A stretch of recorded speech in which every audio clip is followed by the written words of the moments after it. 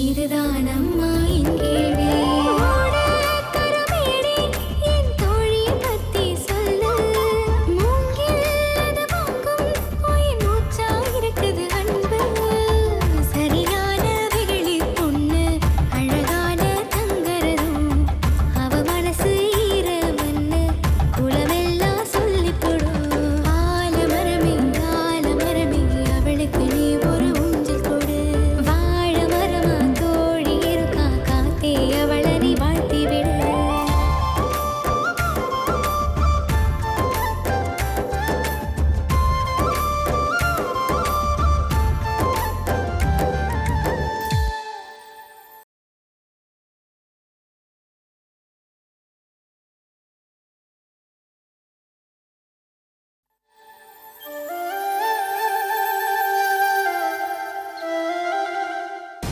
அந்த பணம் என்ற வீட்லயே இருந்ததுங்க டீச்சர்.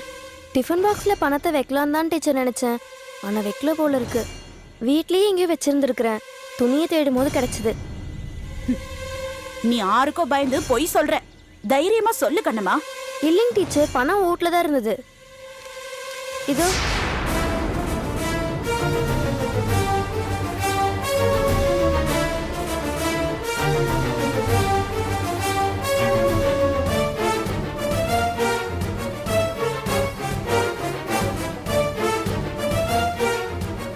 கணபதி, கண்ணம்மா டிஃபன் பாக்ஸ்ல இருந்து நீ பணத்தை எடுத்ததா சொன்னியே?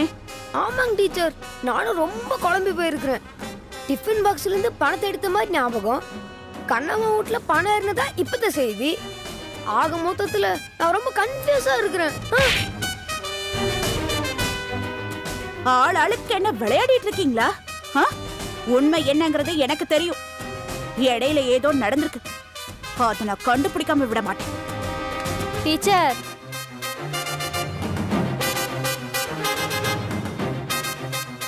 என்ன திருடின்னு வாய் கூசாம சொன்னீங்களே, இப்ப என்ன சொல்றீங்க? இப்போ ஒன்ற குரல் ஒசந்து நிக்குது. எத்தனை நாளைக்குன்னு பாக்குறேன்.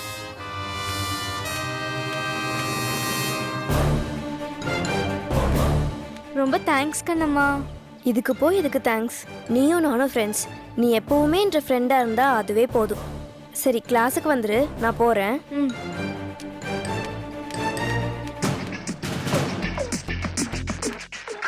டேய் கணபதி, என்றா யோசனை? பணத்தை எடுத்தது நான், அது உன்கிட்ட கொடுத்ததும் நான். திருட்டு போனது திடீர்னு திருட்டு போகலன்னு சொல்றா. என்ன நடக்குது இங்க? அதுவா, ஏற்கனவே கண்ணம்மாவை பார்த்து நான் பேசிட்டேன்டா. பணத்தை நீ தான் எடுத்தேன்னு சொல்லிட்டேன். அதுக்கு பதிலா நான் பணத்தை கொடுத்து செட்டில் பண்ணிட்டேன்டா. பணத்தை நான் எடுத்ததா சொன்னியே, ஏன் இப்படி சொன்ன? நீ பண்ண தப்புக்கு நான் தான் பொறுப்பா? நான் இப்பவே போய் உண்மையை சொல்லிடுறேன். என்ற இமேஜை நான் ஸ்பாயில் பண்ணிக்க முடியாது. டே டே டே டே, போதும்டா. உனக்கெல்லாம் ஒரு இமேஜா? பூகம்பமா வெடிக்க வேண்டிய விஷயத்த பொசுக்குன்னு பேசி முடிச்சிட்டேன்டா. இனி அதை விடு. விடமாட்ட பாரதி. என்ன திருடனாக்கிட்டியே, அதை நான் எப்படி ஏத்துக்குவேன்? நீ சொல்லிதான் நான் செஞ்சேன். நீ நல்லவளாயிட்டு என்ன கெட்டவனாக்கிட்டியா? அது எப்படி பாரதி? அது தாண்டா பாரதி. எப்படியோ மேட்டர் சால்வ் ஆயிருச்சுல்ல. என்ற பேர் கெட்டு போச்சுல. டீச்சர் கிட்ட போய் நான் சொல்லதான் போறேன். எனக்கு என்ற வரலாறு முக்கியம். டேய் டேய் நில்லுடா.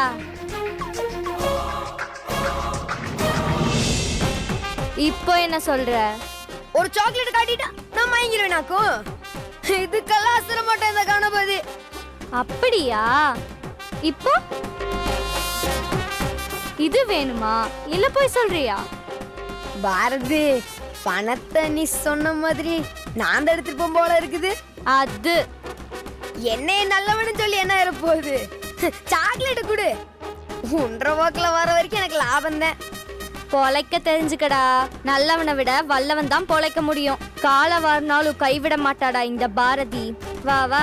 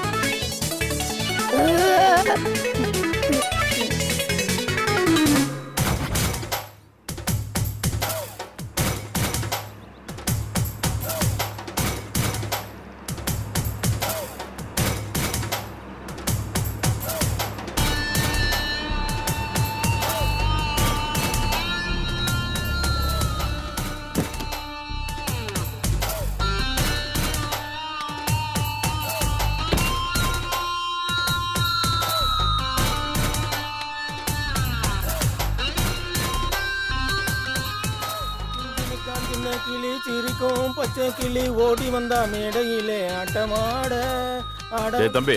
கூப்பிட்டீங்களா? இங்க குள்ளமா குண்டா வயசான கிழவி ஒருத்தி இருக்காளே, அந்த கிழவியை தேடி தான் வந்தேன். எங்க அவ வீடு இருக்குன்னு பிடிபடல. இந்த ஊர்ல வயசான கிழவியே நிறைய இருக்கு. நீங்க சொல்ற மாதிரி குண்டா ஆடு மேய்க்கிற கிழவி ஒருத்தி இருக்கா. சரி, நீங்க தேடி வந்த கிழவி பேர் என்ன? பேர்லாம் தெரியாது, பார்த்தானா தெரிஞ்சுக்குவேன். அப்படின்னா ஆடு மேய்க்கிற கிழவியா தான் இருக்கும். அதோ தெரியுதுங்களா, அந்த ஊர் தாங்க. ரொம்ப நன்றிப்பா. சரி. சின்ன காஞ்சின கிளி சிரிக்கும் பச்சை கிளி ஓடி வந்தா மேடையிலே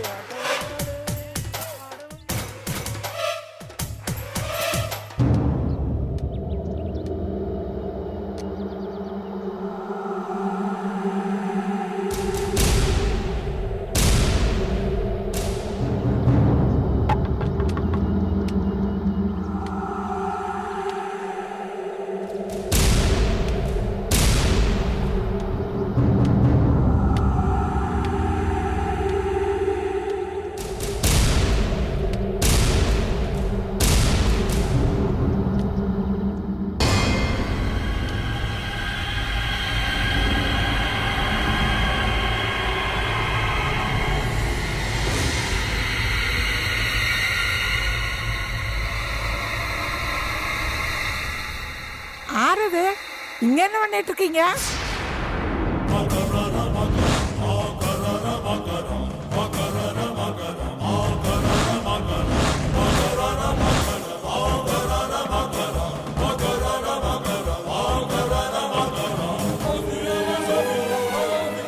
நீயா என் ரூட்டுக்கு முன்னாடி உனக்கு என்ன சொல்லி? அது வந்து உன்ன ஏதாச்சும் குழந்தை இருந்தா விட்டு போட்டு போலான்னு வந்தியாக்கு? இல்லாத்தா, நான் எதுக்கு வந்தேன்னா, நீ எதுக்கு வர வேண்டாம், முதல்ல இடத்த காலி பண்ணு. அன்னைக்கு ஒரு குழந்தை வளர்ந்து நிக்குதுன்னு சொன்னியே, அந்த குழந்தை அன்னைக்கு நான் கேட்டப்பா, அது நான் இல்லைன்னு சொல்லி பாட்டேல்ல, ஆறோ மாதிரி பேசி என்கிட்ட மழுப்புனேன். இன்னைக்கு என்னமோ தெரிஞ்ச மாதிரி வந்து நிக்கிற, ஆளை பார்த்தா நல்லவனாட்டு இருக்கிற, ஆனா மோசமானவனா இருக்கிற.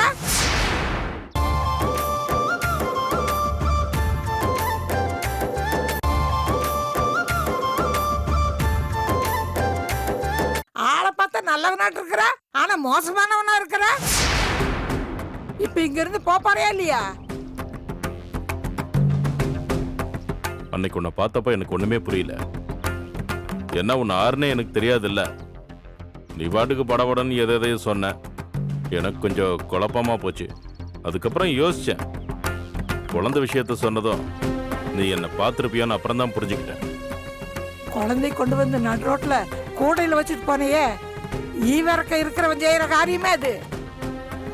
நீ சொல்றதும் சரிதான், ஈவே இருக்கவங்கள இதை செய்ய மாட்டான். ஆனா அதையும் மீறி அப்படிப்பட்ட ஒரு காரியத்தை ஒருத்தன் செய்யறான்னா, அவன் நிலைமை எந்த அளவுக்கு மோசமா இருந்திருக்குன்னு யோசிச்சு பாராத்தா. நிலைமை பத்தி எல்லாம் என்கிட்ட பேசாத.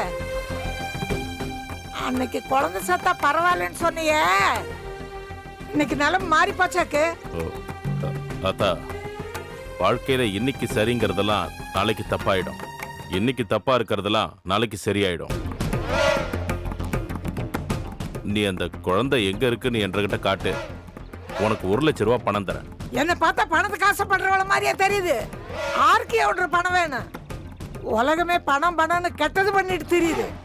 மனுஷனுக்கு மானம் ஒண்ணு இருந்தா போதியா? அந்த மானத்துக்கு பயந்துதான் அன்னைக்கு அப்படி ஒரு காரியத்தை நான் பண்ணிட்டேன். அதுக்கு எந்த சாட்சியுமே இல்லைன்னு நான் நினைச்சேன்.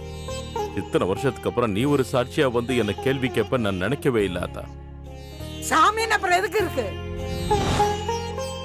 மனுஷனா பிறந்தவ எத்தனை பாவம் செஞ்சாலும் சாமி கண்ணுல இருந்து மறைக்க முடியாது. பச்சை பிள்ளை ரோட்ல கொண்டு வந்து வீசி போட்டு இப்ப வந்து உன்ற நிலைமை சொல்லி நாயமலா கரையாக்கு. ஒரு நாளைக்கு என்ற வீட்டு வாசல்ல வந்து நின்னு கேள்வி மேல கேள்வி கேட்கணும்னு சொன்னீங்க. அப்படி சொன்னதுக்கு அப்புறம் அந்த குழந்தைய நான் பார்க்காம இருக்க முடியுமா? இப்பவும் சொல்றேன், அந்த குழந்தை உன் ரூட்டு வாசப்படிக்கு வரத்தான் போகுது. உன்னை பார்த்து கேள்வி கேட்கத்தான் போகுது. நீ என் ரூட்டை தேடி வந்த மாதிரியே உன் ரூட்டை நான் தேடி வந்து நீ எங்க இருக்கிறங்கிறத கண்டுபிடிச்சு வச்சிருக்கிற. நீயும் உன்ற கொண்டாட்டி உன்ற மக மருமக எல்லாம் ஒன்னா தானே இருக்கிறீங்க. உன்ற மருமகன் போலீஸ்காரன் தானா? ஆடு மேய்க்கிறவனா என்ன நினைச்ச? அறிவு கட்டவன் நினைச்சியாக்கு? இங்க பாராத்தா, உன்னை கையெடுத்து கும்பிட்டு கேட்டுக்கிறேன், அந்த குழந்தை எங்க இருக்குது? குழந்தை இருக்குது, இருக்கிற இடம் எனக்கு தெரியும்.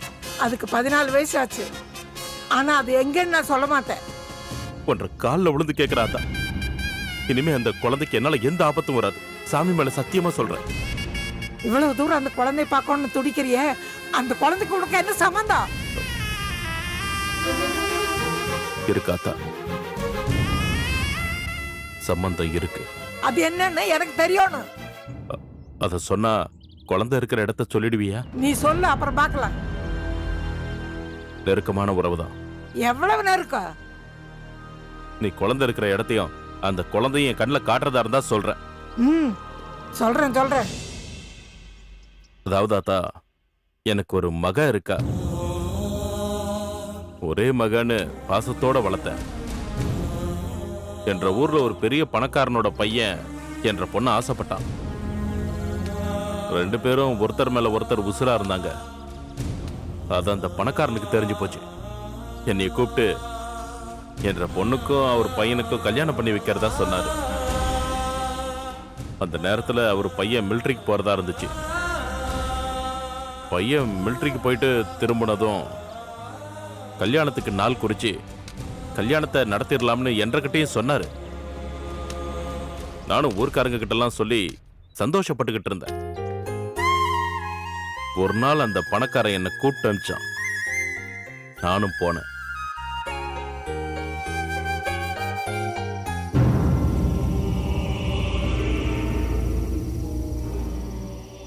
நிலாது வானத்து மேல, பல்லானது ஓடத்து மேல, வந்தாடுது தேடுது ஒய்யா ஓய், ஒய்யா ஓய்.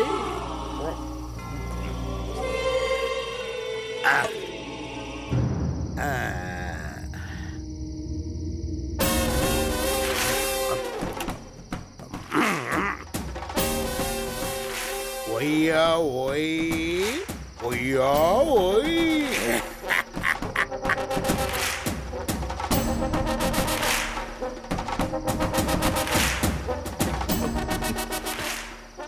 ஐயா, கூப்பிட்டீங்களாமே ஐயா? அடடடடா, வாங்க சம்பந்தி, வாங்க வாங்க. என்ன சொன்னீங்க? ஐயாவா? சம்பந்தின்னு ஆன பிறகு நீங்க ஐயா அப்படின்லாம் சொல்லக்கூடாது. உரிமையா ரத்ன சபாபதி அப்படின்னு கூப்பிடலாம். அது பெருசா இருந்துச்சுன்னா சின்னதா செல்லமா ரத்னம் அப்படின்னு கூப்பிடுங்க. போங்க ஐயா, உங்களை என்னால அப்படிலாம் கூப்பிட முடியாதுங்க. மறுவாதிய பாரு. ஆமா, உன்ற பொண்ணுக்கும் என்ற பையனுக்கும் கல்யாணம் பேசி வச்சிருந்தல்ல, கல்யாணத்துக்கான ஏற்பாடுலாம் பண்ணிட்டியா? ஓ இல்லைங்க ஐயா, சொல்லி வச்சிருக்கேன். ஆமா, உன்ற சொந்த பந்துக்கெல்லாம் சொல்லி பாட்டியா? கொஞ்சம் பேத்துக்கிட்ட சொல்லியிருக்கேங்க. என்ன சொன்னாங்க? சந்தோஷப்பட்டாங்க ஐயா. கல்யாணத்தை மண்டபத்துல வச்சுக்கலாமா இல்ல கோயில வச்சுக்கலாமா சம்பந்தி? சிம்பிளா வச்சுக்கணும்னா கோயிலே வச்சுக்கலாங்க ஐயா. ஐயா என்ன நினைக்கிறீங்கன்னு தெரியல. மண்டபத்திலே வச்சுக்கலாம். உன்ற சொந்த பந்தங்க எத்தனை பேர் வருவாங்க? சாப்பாட்டுக்கெல்லாம் ஏற்பாடு பண்ணணும்ல, சமயக்காரனுக்கு வேற சொல்லணும். எங்க சனங்க ஒரு 100 பேர் இருப்பாங்க ஐயா. என்ற சைட்ல இருந்து பொண்ணுக்கு தாலி எடுக்கணும், பட்டு புடவை எடுக்கணும். பொண்ணுக்கு வேற என்ன எடுக்கணும் சம்பந்தி? எல்லாம் உங்க விருப்பங்க, நான் என்னத்துங்க சொல்றது? எல்லாத்தையும் என்ற செலவுலயே எடுத்துடுறேன். மண்டப செலவு, சாப்பாட்டு செலவு எல்லாத்தையும் நானே ஏத்துக்கிறேன். எல்லாத்தையும் நீங்களே செஞ்சுட்டா அப்புறம் நான் என்னங்க செய்யறது? பொண்ணை பெத்தோன்னாச்ச, பொண்ணுக்கு ஏதாவது செய்யலாம்னு நீயும் நினைப்பல. ஒண்ணு பண்ண, பொண்ணு கழுத்துல தாலி கட்டுறதுக்கு ஒரு மாப்பிளையும் பாத்துறேன்.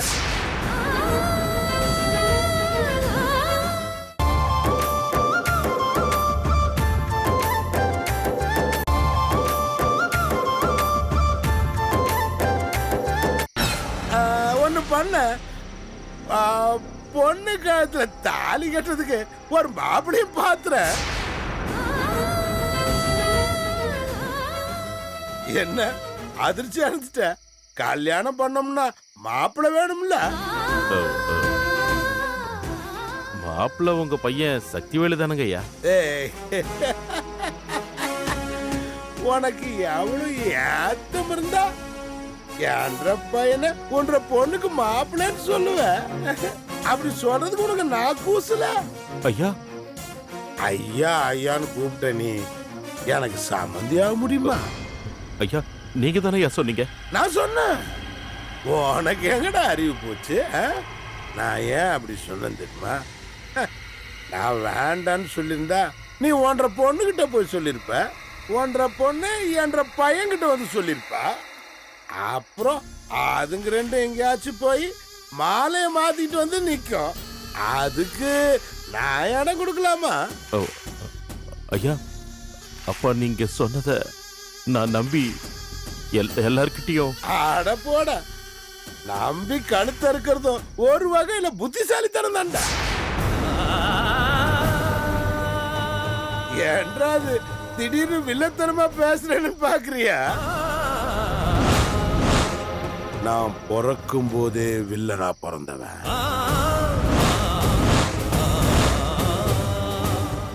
அதுக்காகத்தான் என்ற பையனை மிலிட்டரிக்கு அனுப்பிச்சு போட்டு ஒன்றரை கிட்ட இனிமே என்ன செய்யணும்னு சொல்றதுக்காகத்தான் இப்ப வர சொன்னேன். ஐயா என்ற பொண்ணும் உங்க பையனும் உயிருக்கு உயிரா காதலிக்கிறாங்க ஐயா. காதலிக்கிட்டோம், நல்லா காதலிக்கிட்டோம். வேணா உன்ற பொண்ணை அனுப்பிச்சு வை, என்ற மவனும் உன்ற பொண்ணு சந்தோஷமா இருக்கட்டும். நான் அதெல்லாம் வேணான்னு சொல்ல. ஐயா கோபம் கோபம் வருது இல்ல? எப்படி கோபம் வராம இருக்கும்? என்ற வீட்டு சோத்தை தின்னா கோபம் வரணும், ரோஷம் வரணும். அதுதான்டா என்ற வீட்டு சோத்தோட அருமை. தபார் என்ற பையன் திரும்பி வர்றதுக்குள்ள ஒன்ற பொண்ணு எவனையாவது ஒருத்தனை கல்யாணம் பண்ணி போட்டு புள்ளத்தாச்சியா நிக்கணும். ஐயா உங்க பையன் வந்து ஏன் இப்படி பண்ணீங்கன்னு கேட்டா நான் என்னத்தையா சொல்றது? என்ற பையன் அப்படி கேட்டானா, நீங்க ஊர்ல இல்லாத நேரத்துல என்ற பொண்ணு கொஞ்சம் சபலப்பட்டு எவன் கூடயோ ஓடி போய் வவுத்துல வாங்கிட்டு வந்து நிக்கிறான். என்ன பண்றதுன்னு தெரியாம அவனுக்கே கட்டி வச்சுட்டேன்னு சொல்லு. ஐயா போதையில எதோ பேசாதீங்க. டேய் டேய் டேய் டேய், நான் சாதாரணமான நேரத்துல தான்டா போய் பேசுவேன். போதையில உண்மைய மட்டும் தான்டா பேசுவேன்.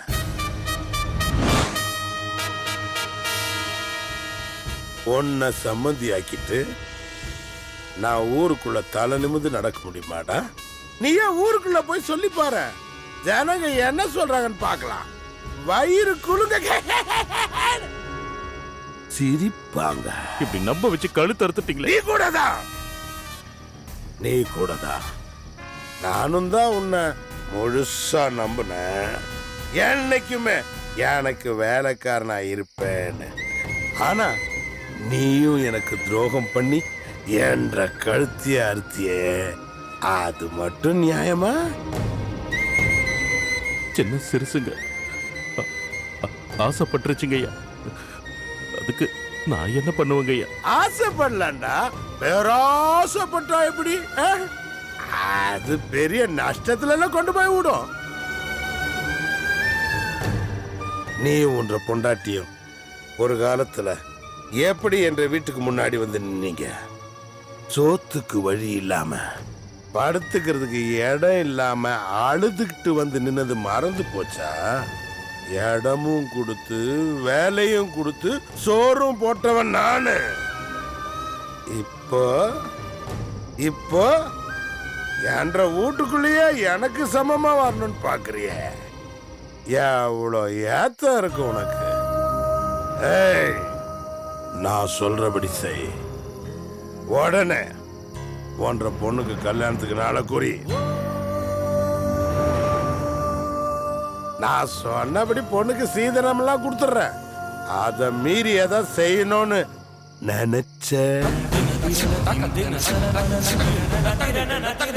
எனக்கு விசுவாசமா இருக்கிறவனுக்கு நான் நல்லவன். எனக்கு எதிரா நின்னு பார்க்கணும்னு நினைச்சேன்னு வை, என்ன மாதிரி ஒரு கெட்டவனை இந்த உலகத்திலேயே பார்க்க முடியாது. போ.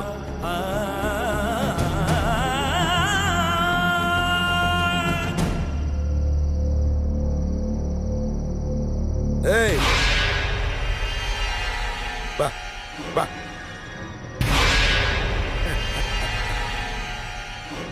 கூலிக்காரன் துண்ட இடுப்புல கட்டினாதான்டா அழகு.